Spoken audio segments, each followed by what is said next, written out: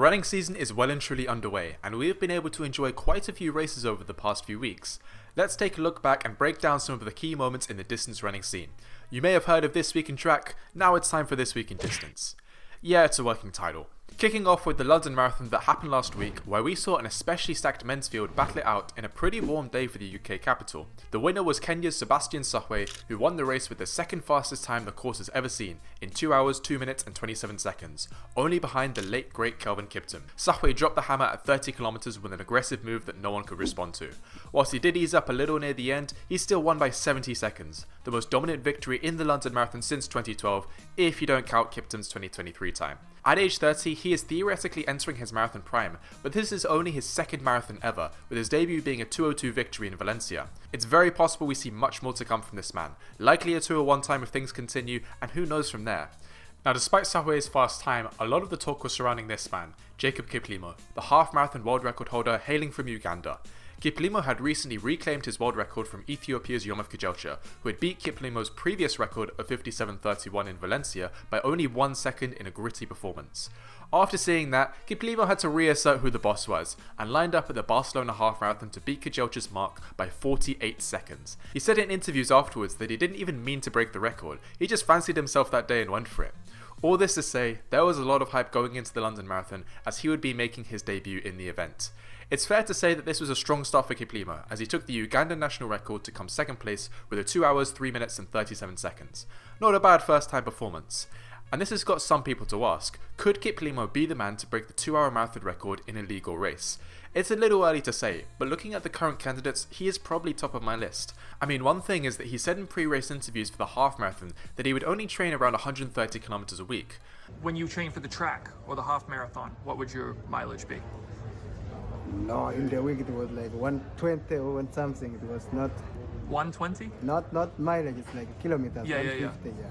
This obviously has worked really well for him, but it's extremely low mileage for a marathon runner. Most of the top guys are known to do well over 200 kilometers a week. I mean, Jakob Ingebrigtsen, who is a 1500 specialist, is known to do up to 180 kilometers in a week during the winter. So if we look at his dominance in the half marathon as a strong debut despite running much lower mileage for most of his career, it seems he has loads of potential in the event. Whilst it will take a while before he has a chance to really threaten it, at only age 24, he does have lots of time.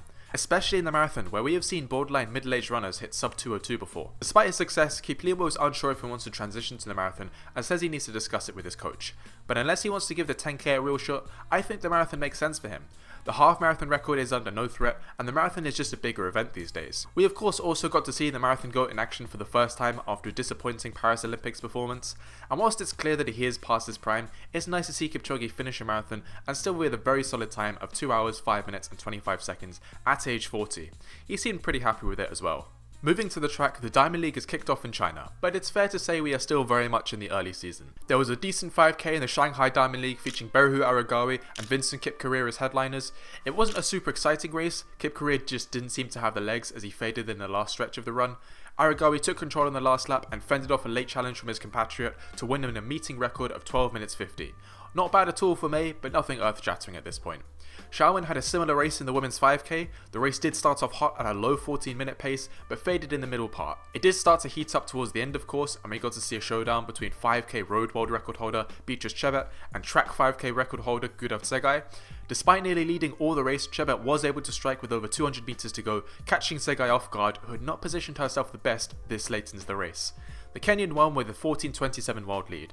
Again a good performance, but not the most exciting race or time. We did however get to see Faith Kipyegon in the Xiaomen Diamond League attempt the 1000 meter world record, because calling it a world best is stupid, okay? The record in question is a 2:28.98 that has stood for almost 30 years by Russia's Svetlana Mastukova. Kipyegon attempted this record 2 times before, but the real hype is that she was running this for the first time since she and Nike announced that she will be attempting to become the first woman ever to break the sub 4-minute mile in June. This is going to be a massive task for her, and this race marks a shaky start.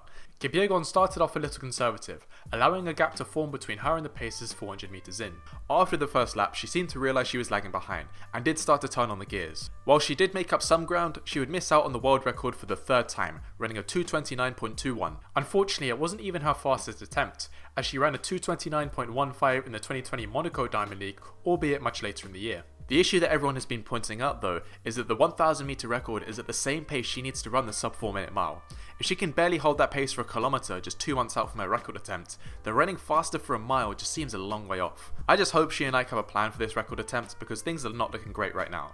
It's one thing if she misses the record by a second or two, but at this rate it doesn't even look like she'll be close. I will be making a full breakdown on how she might do this soon, so stay tuned for that. In other news, we saw the Adidas Road to Records event, which is an event where Adidas get all their top athletes to race against each other on a super fast course, in the hope of course, breaking records. And whilst the races were pretty solid, they mostly lacked any of the records the name would suggest. The men's mile saw Emmanuel Wanyonyi win a second time after powering ahead of the field in a fairly tactical race to win in a 3:52.45.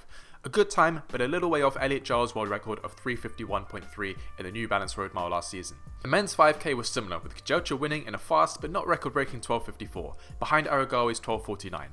The other races did not yield much, apart from of course the women's 10k, which starred Agnes and Ngetich, who was attempting to break the women's only 10k record.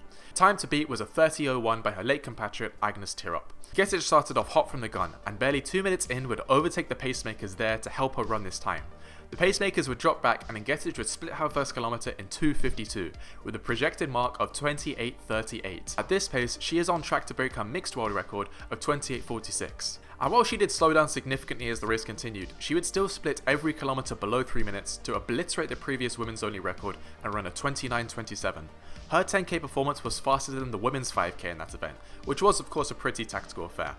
What's even more impressive is that she would then head to Miami just a week later and run in the Grand Slam Track 5k, where she would front run a 14:25 world lead with no paces in a brutal heat. Not only is she fast, but she is consistent and willing to take out a race no matter what, even beckoning to rival Medina Issa to do some of the work herself if she thought she could. I'm starting to really like Ngetich. Not only is she talented and has a long career ahead of her, but she also has a competitive fire you don't see too often. This 5k was faster than the men's slam in Kingston by over 12 seconds. Says a lot about the state of men's distance in GST. Even in the Miami Slam, they are continuing to run at super pedestrian paces for the elite level. I get it's hard and there's no paces, but there has to come a point where you need to have some competitive pride about you. Grant Fisher, being the favourite and fastest man there since Geberit had to pull out, has been taking the majority of this heat, especially since he got outkicked in the 3k by Ireland's Andrew Corcoran, who whilst a versatile athlete does have a 1500 metre bias, having run 3:30 in his career before. It seems people were pretty happy to see Fisher be punished for his lack of initiative, and he himself admitted that he should probably try and not outkick a bunch of 1500 runners, especially in the 3k. It's quite funny to say, but the best base for being an elite 5k runner these days is being a 1500 meter specialist, because it's virtually guaranteed that any non-paced 5k race will be pretty tactical. And if the race is essentially 11 laps at threshold pace followed by a 600 meter sprint, a good 1500 runner will have a better shot of winning than a strong 5k runner, even if a 5k guy's personal best is much faster. We have seen how Ingebrigtsen has been able to toy with elite fields, because unlike the 1500, he has a very strong kick in the 5k, and because no one's been willing to set an aggressive pace and try and tire him out in major championships. Of course, it seems likely that even if they did set a rapid pace, he would be able to handle that, but the point is he doesn't need to. The only time he has ever been seriously challenged in a 5k final was 2023 in Budapest, and that was by a likely doped 1500 runner in Mo Katir. Mo Farah is probably the best example of my point as well. Sure, his 5k PB of 12:53 isn't exactly slow, but compared to the most of the talent he was running against, he was by no means the strongest athlete around.